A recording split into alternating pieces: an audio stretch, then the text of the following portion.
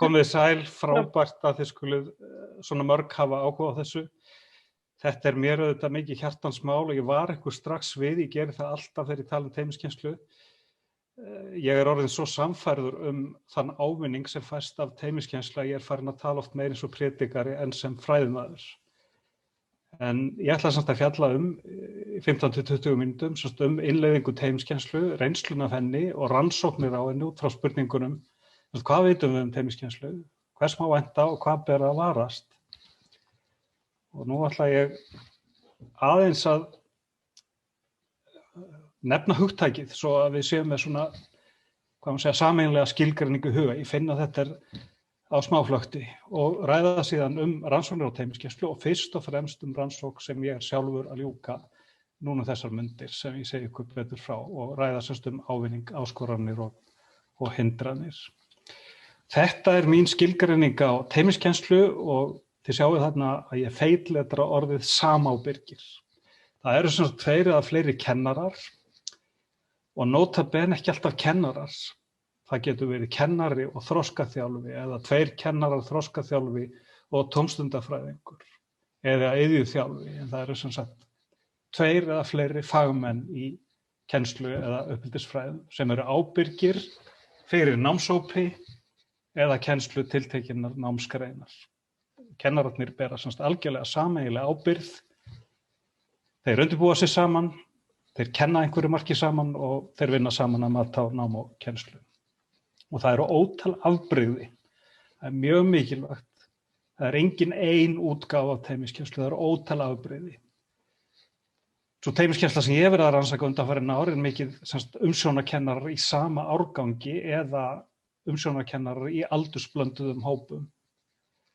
Ég hef verið að vinna með mörgum fámennum skólum að innleiðingu teymiskennslu og verið mikið að vinna með kennurum sem eru með aldursblandaða hópa og hef satt best að segja fengið mjög sterka trú á þýðingu aldursblöndunar, á uppeldisgildi aldursblöndunar og sakna þess að hún skuli ekki meira notuð í fjölmennari skólum.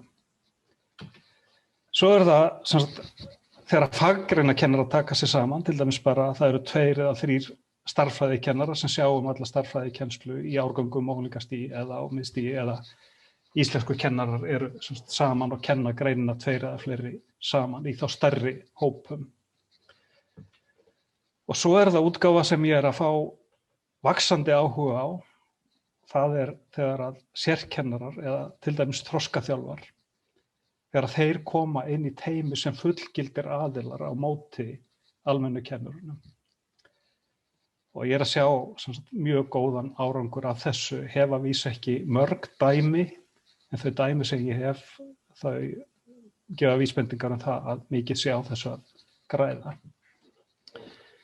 Þá að undirstrika það, ég ætla fyrst bara að nefna það að ég hef ekkert í mjög langan tíma verið að sinna teymiskennslu og nú ég komin á eftirlaun og oft svona að ræða við sjálfa mig það hvað hefði ég viljað gera öðruvísi þau 50 ár sem ég hef verið að vinna í skólakerfinu.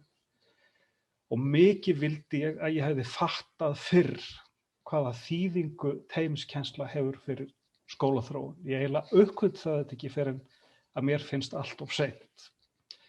Það var í tengslum við stóra rannsókn sem oft kölluð starfsháttarannsókn. Þá fórum við að skoða hvaða munur væri á skólum þar sem kennarar unnu mjög náið saman eins og í teymiskennslu eða þar sem þeir unnu meira einir. Og við sáum alls konar mun, meðal annars fjölbreyttari kennsluhætti í teymiskennsluskólunum og fjölbreyttara námsmat. Og þegar ég kveikti á þessu þá fór ég að lesa mér til alþjóðlega rannsóknir og þá uppgötvaði að það búið að rannsaka teymiskennslu í líklega 60 ár. Og það búið að vera vitað áratugum saman að oftar en ekki ná kennarar meiru fram með teymiskennslu heldur en þegar þeir að kenna einir. Og það búið að rannsaka teymiskennslu á öllum skólastigum út allan heim og við eigum íslenskar rannsóknarniðurstöður. Og ég fullyrði 90% af þessum rannsóknum benda til þess að það sé verulegur ávinningur af innleiðingu. Það sem ég segi nákvæmlega núna, þeim mínútur sem eftir eru byggja á þessari rannsókn sem eru 102 viðtöl við kennara, leiðbeinendur, stjórnendur og nemendur aðallega í 12 skólum.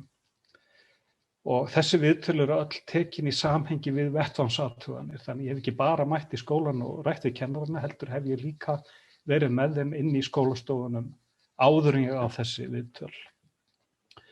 Og ég hef spurt í þessum 102 viðtölum hvernig hefur þessi innleiðing gengið. Í langflestum tilvikum eru með áður búnir að kenna einir og eru að þreifa sig áfram í teymiskennslunni. Ég spurt hvernig gengur. Hverjir finnst ykkur vera helstu kostirnir, hver er ávinningurinn og svo hverjar eru helstu hindranirnar, hvaða örðuleikar verða á veginum og hvernig er á þeim tekið. Og niðurstöður mínar eru í samræmi við þessar fyrri rannsóknir og það mun birtast núna á næstu dögum grein í veftímaritinu Netlu sem að menntavísindasvið gefur út og ef þið eruð á skólaumbótaspjallinu þá mun ég kynna það þar sem að þegar að greinin kemur. Ég hef umsjón með Facebook-hóp sem er nú að nálgast 6.000 þátttakendur og það reyni ég að kynna áhugaverðar greinar og ég mun kynna þessa. Mér þykir hún að sjálfsögðu áhugaverð. Og hvað segja rannsóknir kostina? Jú, það er þessi vinnuhagræðing, það er þetta skipta verkum á marga mismunandi vegum. Það er þessi jafningjastuðningur. Ég er aldrei einn með málið, ég er alltaf með fagmann við hliðina á mér sem ég get rætt við alls konar lausnir. Það er sveigjanleikinn. Við getum skipt hópnum á alla mögulega vegu í litla hópa og stóra og skipt með okkur verkum. Og það sem stendur alltaf mikið upp úr er að það er auðveldara að kljást við erfið mál. Ég á mjög stórt safn dæma nákvæmlega það sem að kennarar er að vitna það. Svo er einfaldlega bara meira gaman oftast að kenna í teymiskennslu. Og ekki síst við lærum hvert af öðru. Við metum það hvernig starfið hefur gengið í vikunni, hvað vorum við að gera vel, hvað fór miður og hvað þurfum við að gera næst. Þetta er hugtakið lærdómssamfélag sem er svona tísku orð er oft tengt teymiskennslu og það er ekki óeðlilegt. Og nú ætlum ég bara að taka úr þessum 102 viðtölum nokkur dæmum þar sem kennararnir hafa sagt nákvæmlega þetta. Kennarar, leiðbeinendur og skólastjórnendur. Tökum fyrst verkaskiptingu og vinnuhagræðingu. Þetta er svona úr samtali og kennarinn segir mér finnst við bæta hvor aðra svo upp. Og ég spyr hver er lykillinn að því. Og hvert er svarið? Við erum svo ólíkar. Það skiptir nefnilega máli að þeir sem skipa teymi séu helst ólíkir einstaklingar með ólíkan bakgrunn og ólíka reynslu. Þetta er svo fyndið, segir sumt er svo umhugsunarlaust. X sem er miklu betri rödd en ég sem er dásamlegt í svona stórum bekk, oft les hún upp. Þá fer ég upp á töflu og skrifa upp á töflu og þá segir X að ég skrifa mjög illa þannig að þetta er eitt af því sem bara small svona óvart og segir það er eins og við notum þess að styrkleika ósjálfrátt, við erum búnar að lesa í hvor aðra. Og X segir, ég er svona ör og fæ kannski svona 1000 hugmyndir og kemst svo kannski engri frá mér af því að það er svo mikið að gerast og þá er svo gott að hafa hana, þá erum við búin að ná þeim niður á blað og svo getum við farið að vinna í þessum hugmyndum. Þetta er þetta dæmum velheppnað teymi og orðið virðing kemur ekki fyrir þarna en það er hægt að lesa það á milli lína ekki satt.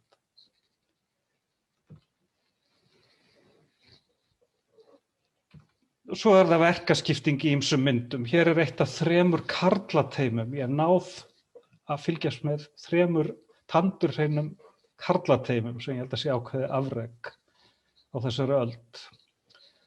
Og í karlateymi sem ég á viðtal við segir annar, ég sé að megnu til agamálin, hann er meira skapandi, þetta er svona good cop, bad cop.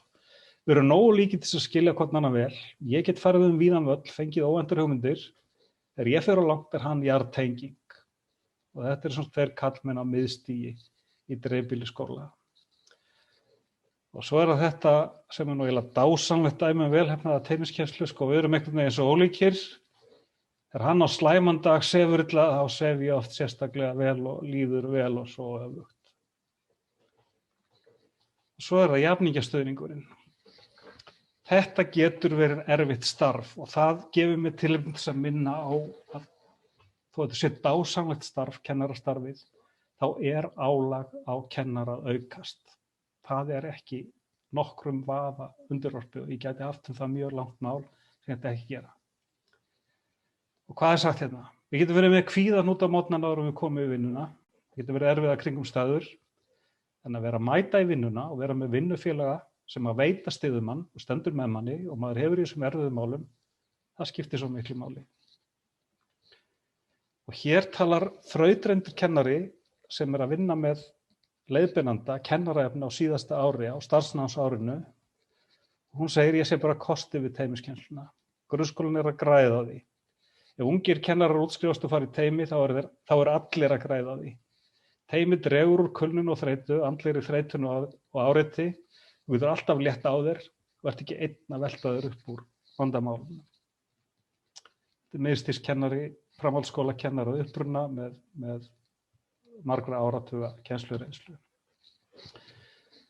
Svo það fjölbreyttari kennsla og sveigjanleiki. Ég held að sé hvetjandi að vera með fjölbreyttari kennsluhætti og fjölbreyttari námsmat. Maður er ekki jafn mikið í sínu, ég sé að enn er að gera eitthvað skemmtilegt og hugsa, nú verð ég að brjóta upp líka. En er að vinna með öðrum fullorðnum manneskjum inn í skólastofunni og sjá hvernig mismunandi aðilar bera sig að. Þau líta á okkur bæði sem kennarann sinn. Mér finnst þetta algjör plús. Þannig kemur sveigjanleikin. Maður getur rokkað krökkunum á milli, stundum hunkar þau betur hinum megin. Við getum blandað hópnum alls konar, stundum er maður sjálfur orðinn þreyttur á sumum. Það er bara þannig. Og svo það erfiðu málin og hér kemur aftur úr viðtali og ég spyr, þið nefnduð að mjög erfitt mál hefði komið upp erfiðu nemandi og erfitt foreldri. Þar fundum við styrkinn að því að styðja hver aðra. Við höfum allar verið farnar heim grátandi og farnar að vinna á enn einum. Það reyndi mikið á. Já, í rúman mánuð, byrjun febrúar, vorum við það að gefast upp, spurðum mörk. Hegðun nemandans hafði aldrei verið þess erfitt, þetta var alveg hræðilegt og foreldrarnir að hamra á okkur. Þeim fannst við alltaf verið að segja það sama og það væri ekkert gert, mikil óánægja hjá þeim. Og þó okkur fyndist að alltaf væri verið að reyna eitthvað og prófa eitthvað nýtt, ef við náðum að styðja hver aðra og hjálpa hver annari, þetta er lausnaleit, hún, það er vísað til þroskaþjálfunar í teyminu, kom með sína sín og við með okkar. Og hver er lykillinn að því að þið náðuð árangri með þetta? Jú, samvinna og lausnaleit. Og svo hef ég margoft séð, og ég leyni því ekkert, að langbestan árangur á teymiskennslu sé ég oftast þegar að 2 eða fleiri kennarar eru saman í rýminu, oft með stærri hópa nemenda. Og nemendur séu þetta líka, það er einn í teyminu oftast með bestu röddina eða nær best til stelpuklíkunar eða ræður best við ADHD strákana eða hvað nú er. En nemendur séu þetta líka, ég kom á hópi 9 ára gamalla stúlkna og spurði það hvernig að vera að hafa 2 umsjónarkennara sem þær voru með. Sjáu þið skynsemina, já það er mjög gott, sjáu þið til dæmis ef strákarnir, takk ég eftir því, ef strákarnir eru óþægir þá getur annar kennarinn sinnt í en hinn aldrei áfram að kenna. Þetta fannst mér skemmtilegt svar. Og svo er það aukin starfsánægja. Þetta er léttara, gefur starfinu meira gildi, þú fær miklu meira út úr starfinu þegar þú getur alltaf verið að ræða það. Þú ert alltaf að þróa þig áfram þegar þú ert að ræða það. Það er miklu minni hætta á stöðnum. Og hvað segja krakkarnir? Ég búin að spyrja á 300 krakka hvernig er að hafa 2 kennara. Og hvað segja krakkarnir? Þær eru miklu skemmtilegri 2. Eða þetta gullkott hérna 1 kall kennara teymið, 1 af þessum 3, þeir eru svo miklu betri saman en sundurs. Svo er þetta við lærum hvert af öðru, þessi samræða í raunina því að teymiskennsla er þessi stanslausa samræða og lausnaleit í raun og veru. Eitthvað kemur upp og þá ert ekki eina eldast við einhverja lausnir. Það er alltaf þessi faglega samræða, hvað gerðist, hvernig getum við tekið á þessu, eigum að prófa þetta eða hitt. Það er samræðan sem bæði léttir vinnuna og svo ég tala nú ekki andlegu hliðina. Og það eru fleiri kostir og ég bregði þessu bara hérna upp. Þið verðið að skoða þetta bara í rólegheitum en ég ætla bara að árétta þennan kost varðandi kennaramenntunina. Þann ótrúlega mun sem er á því að læra til kennslu í öflugu teymi og byrja sem ungur kennari í góðu teymi með færum kennurum miðað við að vera skilin eftir einn með bekk eða námsgrein. Þetta eru tvö gjörólík skilyrði til þess að þroskast í starfi. Helena, hvað á ég margar mínútur eftir? Já, þú ert nú alveg 5 mínútur. 10 mínútur. Já, Ok. svona, já, rúma 5 mínútur. Hvað segja rannsóknir og reynsla hindranir og áskoranir? Og það fyrst og fremst þetta að teymin ná ekki saman. Það hefur ekki tekist nægilega vel til skipan teymisins og þess vegna hef ég í minni ráðgjöf lagt mikla áherslu á það að þetta sé lýðræðislegt ferli. Í fyrsta lagi að fólki sé ekki sagt að taka upp teymiskennslu, heldur sé að ákvörðun kennarana. Og númer 2 að það sé samráð við kennarann það hverjir vinna saman í teymi. Þetta algjört úrslitaatriði. En sé eftir þessu farið og kennararnir ná saman, þá gerast þessi hluti sem að gaf ykkur dæmi Í alþjóðlegum rannsóknum mikið talað tímaskort og ég hef vissulega rekist á það sérstaklega þegar að svo háttar að kennari þarf að vera í fleiri en einu teymi, en það lítið talað þetta. Menn tala frekar það að þetta þegar reynsla fengin af teymisvinnunni þá sé þetta tímasparnaður. Dæmi að kennurum finnst þeir missa sjálfstæði sitt í teymiskennslunni, það vissulega dæmi það. Og svo auðvitað þetta fræga mál sem allir þekkja sem hafa einhvern tímann unnið í teymið hóp, það hinn frjálsi förusveinn sem ekki skilar sínu. Þetta vissulega vandamál og þá skiptir auðvitað máli að samskiptin í teyminu séu það hreinskilnislega þess að taka svona mál upp á borðið og ræða þau og reyna að leysa. Aðstæðurnar geta verið til trafala. Ég búinn að sjá teymiskennslu við alls konar aðstæður, en ég algjörlega sannfærður það að það hægt að hanna skóla með teymiskennslu í huga og ég get haldið mörg erindi það. Stundatöfluna þurfa sjálfsögðu að ríma saman. Og svo hefur verið til trafala í nokkrum tilvikum neikvæð viðþorf samkennara eða jafnvel foreldra. Að foreldrar sem oft tengja teymiskennslu við kennslu í opnum rýmum, sem bæði getur verið og þarf ekki að vera, eru búin að ákveða það að einhverja góðsögur í gangi, einhverja mýtur í gangi að þetta gangi ekki upp og svo auðvitað ganga flökkusögur þegar að teymiskennsla fer úrskeiðis eins og stundum gerir. Einn nemandi af þessum á 300 sem ég spurt hefur sagt mér að það væri óþægilegt að hafa 2 kennara, það væri ruglandi, allir hinnir voru jákvæðir, töldu þetta kost. Og forsendurnar eru þetta þessar, ég ætla að bregða þessu upp að því að tíminn að hlaupa. Það þetta samráð, þess vegna reynir alveg rosalega á stjórnendur við undirbúning að innleiðingu teymiskennslu. Það algjört skilyrði við þessu gagnkvæma trausti að það sé þessi virðing. Og svo auðvitað skiptir námsumhverfið máli þó ég geti nefnt mörg dæmi teymiskennslu við alveg ömurlegar aðstæður. Og þá það, ef við horfum til framtíðar, teymiskennsla engin allsherjarlausn, en ég algjörlega þeirrar skoðunar og eiginlega í nokkurs konar krossferð að tala fyrir því að einmenningskennslan eða einyrkjakennslan verði undantekning og teymiskennsla verði aðalskipulagið. Auðvitað einhverjir sem get ekki unnið í teymi eða aðstæðurnar leyfi ekki að einhverjir vinni ekki í teymi. Það verður auðvitað að vera rými fyrir það, en að við hugsum grunnskólan og reynar öll skólastig. Það búið að rannsaka teymiskennslu til þess á háskólastigi og mikill ávinningur. En hugmyndin þessi að teymiskennslan verði það sem fyrst reynt. Og teymiskennsla að ryðja sér til rúms. Ég í sambandi við fjölda skóla sem að innleiða teymiskennslu og hef verið í samstarfi við marga. Og í 80–90% tilvika þetta ganga vel. Ef að menn stíga þetta spor sem ég vona að menn geri, þá þarf við þetta að hafa það í huga við hönnun skólabygginga, það þarf að festa þetta í sessi í kennaramenntunni, það þarf að tengja þetta starfsþróun, það örugglega hægt að læra að vinna betur í teymi og svo þarf þetta að verða fastur liður í menntun skólastjórnenda vegna þess að það reynir mjög mikið á þá við alla uppsetninga á þessu. Svo væntanleg grein í Netlu og svo má ég til með að benda ykkur á grein í skólaþráðum. Ég vona þið lesið skólaþræðirit sem var stofnað fyrir 4 árum og við höfum birt núna 160 greinar. Ég er einn af þeim sem er í ritstjórninni og held alltaf utan umbrot og birtingu. Og við vorum að birta grein eftir Þórhildi Helgu Þorleifsdóttur sem var skólastjóri Undaskóla á Akureyri og er núna kennsluráðgjafi í Kópavogi sem hún kallar 4 meginstoðir teymiskennslu sem er mjög góð leiðsögn fyrir teymi, nokkurs konar gátlisti fyrir teymi.